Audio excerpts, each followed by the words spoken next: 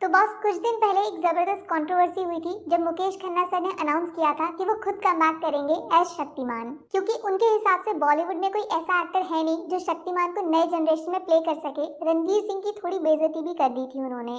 Honestly, जब से Shaktimaan announce हुई है, मैंने मुकेश खन्ना सर के मुंह से कभी किसी एक्टर को लेकर ये बात नहीं सुनी कि हाँ, ये शक्तिमान बन सकता है। बट फाइनली उन्होंने ये चीज बोल दी है, वो भी एक ऐसे एक्टर के लिए जो शायद अकेले अपने दम पर जिम्मेदार हो सकता है पूरे बॉलीवुड को नींद से जगाने के लिए। द ब्रांड अल्लू अर्जुन, जो सिर्फ मूवीज में नहीं रियल लाइफ में भी बड़े बड़े माफियाज को चैलेंज कर रहे हैं, फिल्म इंडस्ट्री में डर्टी पॉलिटिक्स के चिथड़े उड़ा रहे हैं। याद है सलार वर्सेस डंकी कितना पंगा हुआ था, सिर्फ इसीलिए क्योंकि एक साउथ फिल्म मेकर ने बॉलीवुड के सबसे बड़े स्टार की फिल्म के साथ क्लैश करने की हिम्मत दिखाई थी। शोज कैंसिल करने पड़े, फेक कलेक्शंस के इल्जाम लगाए गए, कॉर्पोरेट बुकिंग दिखा के अच्छी खासी फिल्म को बदनाम कर दिया, ऑडियंस को ऐसा बांट दिया कि अच्छा सिनेमा देखने वाले लोग कभी ये जान ही नहीं पाए कि सलार का theatre experience once in a lifetime opportunity जैसा था। ये है फिल्म माफिया का पावर, एक बना बनाया सिस्टम जिससे किसी बाहर वाले को एक पैसे का फायदा नहीं लेने देते, वहीं अपनी घिसी पिटी फिल्मों को जबरदस्ती हिट बनाते हैं। अब जरा थोड़ा सा सोच के बताओ, कौन सी होगी वो बॉलीवुड फिल्म जो पुष्पा पार्ट 3 के साथ क्लैश करने के बारे में सोच भी सकती है। हिम्मत है किसी में, है कोई दूर दूर तक जो पुष्पा 3 के सामने अपनी फिल्म को रिलीज करने का कॉन्फिडेंस रखता है। जिस फिल्म का सिर्फ नाम पता है, रिलीज डेट का 0% आइडिया नहीं है, वो अभी से पावर रखती है पूरे साल के बॉलीवुड कैलेंडर को बदलने की। इसको बोलते हैं ब्रांड। देखो, वही सेम माफिया जो डंकी सलार के टाइम एक साउथ फिल्म को हर तरीके से डिस्ट्रॉय करना चाहता था, उसको स्क्रीन देने को तैयार नहीं था, वही माफिया आज मल्टीप्लेक्स चेन में एक साउथ फिल्म के ज्यादा से ज्यादा शोज चलाना चाहता है, ज्यादा से ज्यादा भीड़ लगा के पैसा बनाना चाहता है। पूरा माफिया को झुका दिया साला।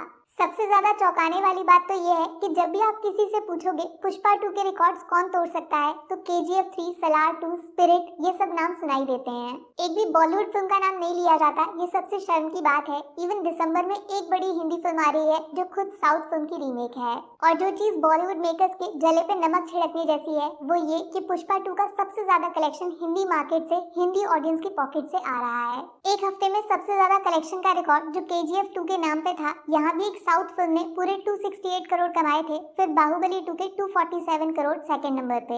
पुष्पा 2 ने पता है 7 दिनों में हिंदी वर्जन से कितना पैसा बनाया? KGF 2 के 1.5 गुना से भी ज्यादा, पूरे 433 करोड़ सिर्फ 160 घंटे में इंडिया के अंदर नेट फिगर।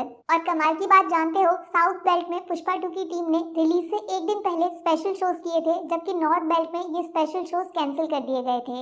अब सोचो, अगर 4 दिसंबर को पुष्पा 2 के प्रीमियर शोज नॉर्थ बेल्ट में हो जाते तो ये 433 करोड़ का नंबर 500 करोड़ से भी आगे निकल जाता गुरु। चौंकाने वाली बात, पुष्पा 2 ने तेलुगु बेल्ट में अभी तक 250 करोड़ कमाए हैं। मतलब अल्लू अर्जुन का असली फैन बेस साउथ में नहीं, नॉर्थ बेल्ट में फिल्म को सपोर्ट कर रहा है। वैसे असली झटका आपको ये जान के लगेगा कि पुष्पा 2 दूसरे हफ्ते में एक घंटे में 70-80 हजार टिकट्स बेच रही है।